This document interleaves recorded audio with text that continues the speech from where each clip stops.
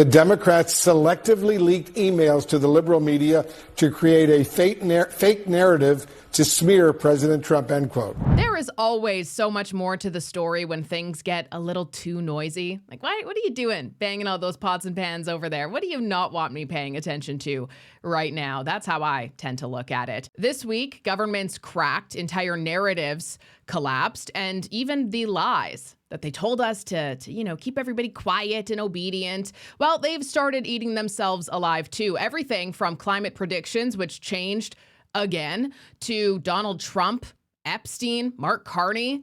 My goodness, Democrats now say that apparently Donald Trump knew all about what was taking place on that island, and they even provided proof. Or did they? I'm Jasmine Lane. Subscribe, like, follow, and comment your thoughts down below. Share this video as well. And Canada is likely to go into a recession soon. That's according to the Bank of Canada. But don't worry, guys, because Mr. Carney over there, he's got a whole new list of nation-building projects coming out that are totally gonna make Canada the best place on earth, right? President Trump has proclaimed Anti-Communism Week. That is a true story, by the way. This week, Trump declared it to be Anti-Communist Week, which is essentially a warning to the West. I think people living in the UK, in Canada, in Australia can start to see those slow little inchings towards an authoritarian, which would end up being a communist society, ideally, when the end game is there. There's a lot of little warnings to that. We talked about that in yesterday's episode as well. What this really is, though, is an honoring of the over 100 million people whose lives have been lost due to communist regimes, as well as the very real political and cultural threat that Western nations face. It's funny, typically, how it is left-leaning governments that end up imposing these types of ideas, because communism is no longer underneath its original branding. It's being resold and repackaged through things like DEI mandates, democratic socialism. We need to have equity. There needs to be climate justice.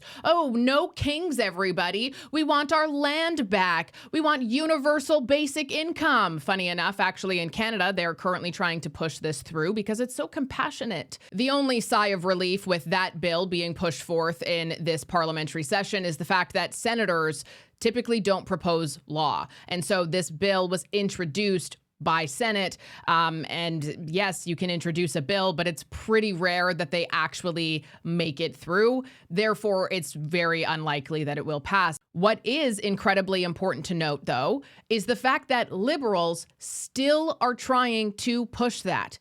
They still want it. They keep introducing new legislation to make you more dependent on the government. Why on earth would they do that? I don't know. Maybe because they don't actually want to have to think about ways to admit that they failed and admit that there is a better course on how to be economically viable, to be more stable, more trusted, to live a better life. They don't want to admit any of that. So they'd rather put forth these things so that you need them. When people rely on the government to survive, the government no longer serves, it owns. And you can call me a right-wing, far-right radical all you want. I'm following the patterns here, and I know that it is no accident that all of these world leaders, many of which have ties with the World Economic Forum, who has been influencing policy for decades, I know that it's not some weird coincidence that all governments right now who are left-leaning, from the UK to Australia to Canada to what the USA just escaped, but also the Democrats in the USA, they are all doing these, they're making these small steps in order to normalize that ideological foundation. And all it takes for this to be complete is one singular generation to forget. And we're already halfway there. Why do you think they're so involved in spreading all of this in the school system? Like, really? At the end of the day, communism doesn't need to forcefully or violently seize power anymore like it once did. All it actually needs is for you to stop noticing when the government is slowly doing things that are stripping your income, your speech, your quality of life away from you. Another reason for why prices are so cheap is because they sell items that are near or past their best before date. Just 5 years ago, people are looking, no, I'm not touching the box because it's expired now. Because of the economy, people are, oh, you know what? It's 88 cents. I'm going to try. But while expansion comes with its own set of challenges, this type of store and the products they sell at a cheaper price are clearly in demand. And how did we get here? Complacency. They have normalized decline.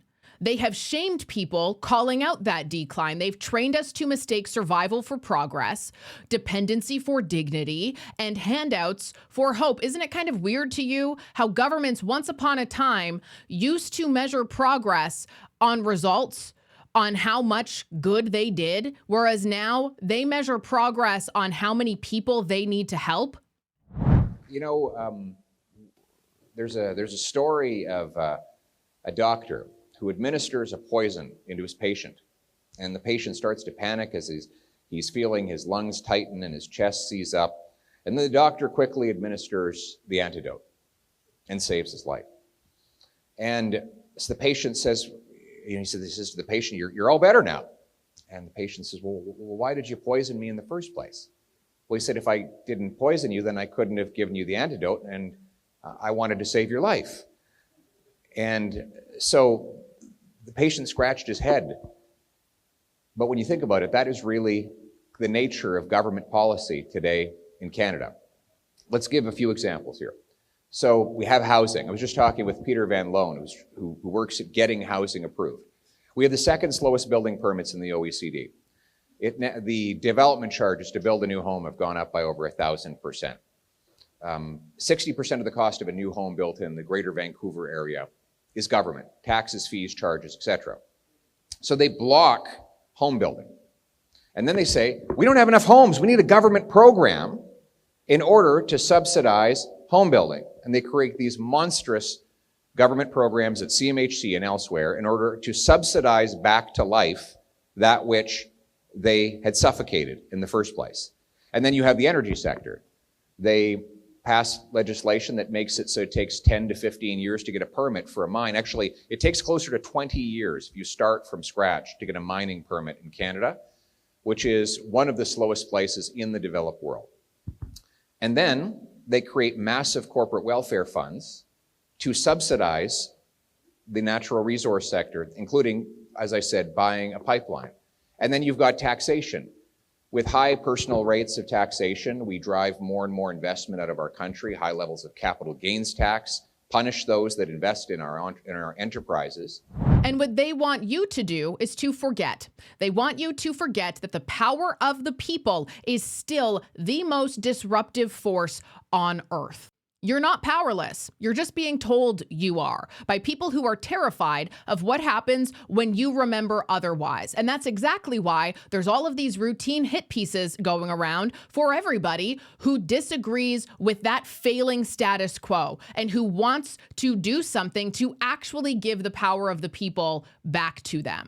We actually just received all of these emails, with a total of about 23,000 documents, actually a few days ago, so last week, and we've been going through, our team, of course, through all of these very carefully over the last few days. We obviously released some today. We'll be releasing additional documents likely later today. The important thing here is that we know, and we've been demanding, that Donald Trump and the DOJ release the full Epstein files. In what's been released today, which obviously is some quite serious, I think, connections between what Donald Trump may have known. There's communication between Jeffrey Epstein and Ghislaine Maxwell. If you're anything like me, you've tried the diets, the calorie counting, or my personal favorite, I'm just gonna be more disciplined. None of it sticks long term. For me, the struggle really wasn't what I was eating. It was all of the habits around my eating, whether that be caused by stress, late night snacking, that's a guilty pleasure, and portion control. But all of that is actually rooted deeper than I realized. And that is what led me to Hypnosio. It is a self-hypnotherapy app that helps you retrain your mind around food. It literally works on the subconscious patterns that cause emotional eating, cravings, or that urge to just binge when you're stressed out. There's clinical research behind this too. People using hypnotherapy lose twice as much weight as those using traditional methods alone. Scan the QR code on screen, click the link that's in the description and pinned comment of this video, and use the code Jasmine15 for 15% off your first subscription with Hypnosio. Obviously making some claims about Donald Trump spending significant time, hours, with possibly one of the victims. There's also disturbing emails there about Trump and Jeffrey Epstein that people can read for themselves. I think what's important right now is that we want to know why Donald Trump spent the entire campaign saying that he would release the files. And now that he's in the White House, there is a massive cover-up going on. The survivors deserve the truth. Yes, that is a great pitch. And yes, I agree that the full Epstein files should absolutely be released. However, I will say that the House Democrats released a very small batch of emails, 3 out of 23,000 from Epstein's estate. And they claim that one email in particular from Epstein to Ghislaine suggested that Donald Trump, quote unquote, knew about the girls. The evidence, though, to suggest that is pretty weak. It's pretty vague. It's pretty redacted. And even Maxwell, by the way, in her own interview says that she never saw Trump behave inappropriately. Additionally, there is under oath testimony from one of the victims who pretty much says the exact same thing. That, yeah, Donald Trump was around. I knew him. Nothing to it, though. So the headlines are very loud and noisy and taking over the internet, but the substance of them is a lot of fog. Let's also not forget the fact that Donald Trump is Donald Trump. Yeah, he definitely knew the Epsteins, as did tons of other socialites, elite people, rich people, business people, including Canada's Prime Minister Mark Carney, which of course the media absolutely never, ever, ever focused on. In fact, Mark Carney's wife, Diana Fox Carney, and her sister were in the black book of phone numbers.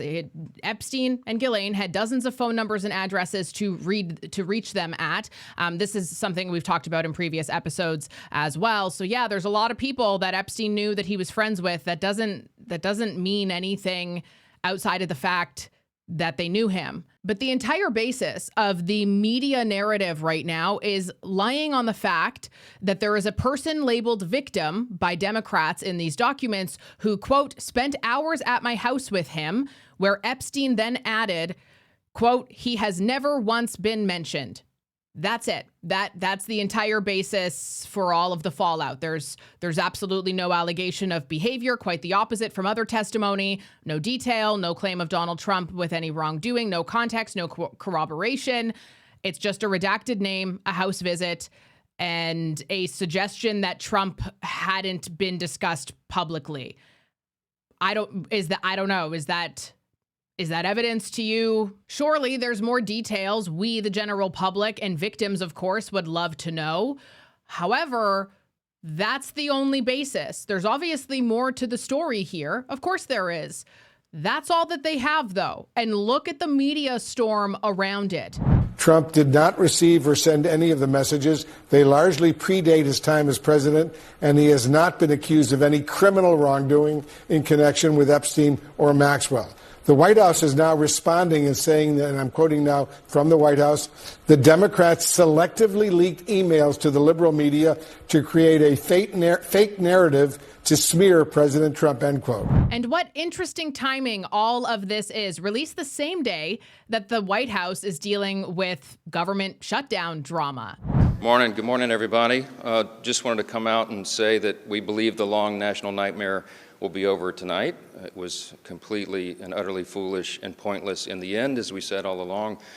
I just want to apologize to any Americans who are out there who still have flight cancellations or delays today. I want to apologize to the many American families who were made to go hungry over the last several weeks, our troops and other federal employees who are wondering where their next paycheck would come from. All of that's on the Democrats. Just never forget, they voted 15 times between the House and the Senate to close your government. And the Republicans tried every single day of the shutdown to open it, and we voted 15 times to do that. They have a lot to answer for. Revelation, there was nothing new in these emails at all. It does look a lot like a distraction to me, handpicking these incredibly vague emails out of 23,000 documents, drop them during this government shutdown story, let the media run wild. I don't know, unless they release the full client list, if that exists, unless they release everything, this isn't really accountability. This is just a lot of narrative management. And it's something that we see across the globe targeting conservative leaders. In fact, in Canada, for the last 2 weeks now, we've had the mainstream media run wild about these floor crossers. Oh my gosh, somebody from the Conservative Party assaulted Chris D'Entremont's assistant and then later redacted that because it didn't happen. And Pierre Poilievre gave his first press conference today since all of that noise. And when asked about it, have a listen. Hey, Tim Brooks, CTV. You lost 2 MPs the week of the budget. One cited your leadership as a reason for leaving. I just want to put Carney and the Liberals to the side here, just as you personally. Of course you do. Does this say anything about your leadership? Have you maybe reflected on your leadership style moving forward? No, we are. My plan is to continue to lead and be the only leader in the country that's fighting for an affordable Canada, where our people who work hard can afford a home and food. That is my agenda. And I will just quote Mr. D'Entremont when he speaks about Mark Carney. He says, after 6 months under a new Prime Minister who promised financial discipline, Canadians are still waiting. He said that he would be judged by the cost of groceries at the store. Well, Canadians are judging him, and they are not impressed. He said this only a few months ago. Since the Liberals came to power, food prices are up 40%. We have heard it many times here today. It is deliberate and it is unacceptable. It is inhumane, said Mr. D'Entremont, for a G7 country. So he said that Liberal food price inflation under Mark Carney was inhumane, and I couldn't agree more. And I feel badly for the inhumane conditions, to use his own words, that he is now supporting for his own constituents. But I won't just quote him. I'll quote Nate Erskine-Smith, a Liberal MP, who now says that his children should not have to pay for Mark Carney's budget. Let me see here. Now to the bad and more fairly, where expectations were set at a level we failed to meet, including on the question of generational investments. The budget falls short of these specific promises in our platform, and it unfortunately falls well short of the wartime home building effort that many of us thought we'd deliver. It's certainly not a budget that should throw us into an election on an uncertain time, but it does not live up to its promise of generational investments. He goes on to say that this is Mr. Nate Erskine-Smith, a Liberal MP, that Mark Carney has broke his promise to spend less, with $90 billion of new spending, only 36% of which is actually capital. The rest is more costs. So when you have a Liberal MP attacking the costly credit card budget that Mr. Carney has put forward, then we see turmoil in the Liberals, and I know that there will be wall-to-wall coverage on CTV of this turmoil, of a Liberal MP criticizing his own budget days before the vote. I know you're camped outside his office right now, waiting to get comment from him. I know you've been chasing Mark Carney down hallways to find out what he has to say. I mean, it's just been the relentless coverage that you will have of this dissent within the Liberal Party. I understand also there's former Liberal Minister Guilbeault is unhappy with the environmental policies that while he supports raising costs, he doesn't think they raise them enough. We've got Wilkinson is unhappy. So I know that I'm looking forward to seeing the wall-to-wall coverage on CTV of all of the costly turmoil in the Liberal budget. So I will be tuning in tonight to watch your newscast. Thank you. That was without a doubt the best way Poilievre could have ever responded to that question. Absolutely brilliant and absolutely true. And, some people will see that and they'll say, oh, well, conservatives, they're just so hard right. They're so mean. I don't care. I don't want my politicians to be nice to me. I don't want them to coddle me. I want them to be real and honest. And I want them to lead our country into the future, into a more successful and affordable future. That's what I want. Because after 10 years of feelings and coddling and compassion, all of these weird communist, socialist, authoritative, totalitarian style ways of governance to try to manipulate you into thinking that you're a good person if you vote liberal. No, I'm a good person because I'm conservative. Being a good person is not defined by being a liberal. It's not defined by blindly following failure, by accepting lies, by rejecting truth. None of that makes you a good person.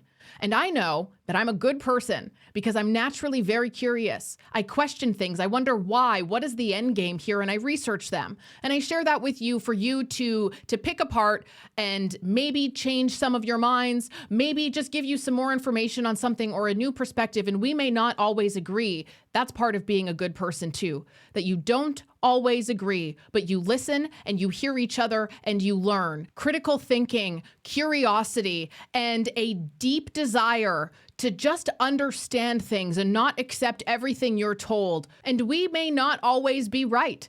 We may get something totally wrong. We may even have to issue an apology. We may have people running into us saying that you're contradicting yourself. Oh, you're a hypocrite. Well, you know, sometimes when new information comes or you change and you grow, you develop, you understand something more, that may happen. But as long as you are in your heart of hearts aiming up, aiming higher than yourself, that makes you a good person. And I will be damned if anybody tries to tell me the opposite. I'm Jasmine Lane. Subscribe, like, follow, and comment your thoughts down below. As always, share this video as well. And I will talk to you tomorrow.